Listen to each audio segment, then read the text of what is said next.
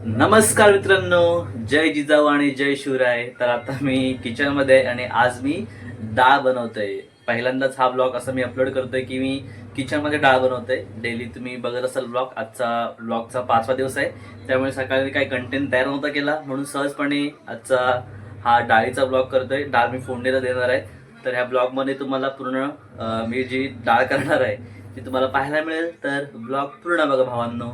चला बनवा.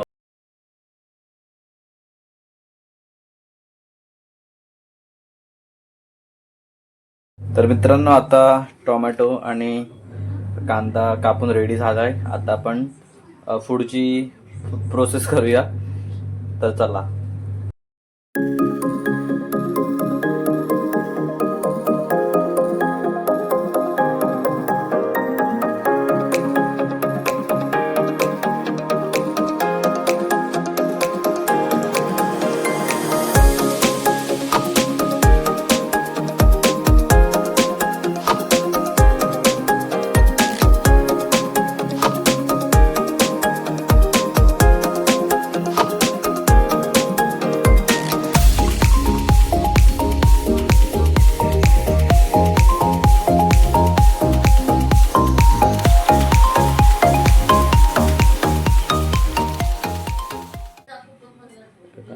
आधी आपण 2 चमचेच मीठ टाकूया, खार नाही झाली पाहिजे.